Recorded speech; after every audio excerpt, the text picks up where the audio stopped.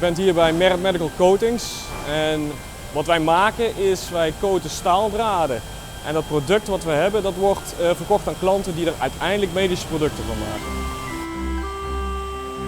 En die producten worden in het lichaam gebruikt. Het bekendste voorbeeld is een guidewire. Dus bij dotteren worden die als eerste gebruikt om de patiënten te helpen. Al onze klanten zitten in de medische sector. Dus het is niet alleen de guidewires die we maken, maar er zijn meerdere producten die ermee te maken hebben, maar allemaal in de cardiologie en de radiologie. En dat bereik zitten ze. De producten die onze klanten maken, die zitten vooral in Europa, Amerika en Azië. En in Europa moet je denken aan Duitsland en Ierland en Frankrijk met name. In Nederland niet zoveel.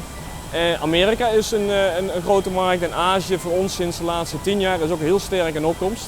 En onze nieuwste klant zit nu in Australië, dus we zijn wereldwijd vertegenwoordigd. Ja, eigenlijk staan we in onze toekomstdroom. U staat nu in ons nieuwe R&D-lab.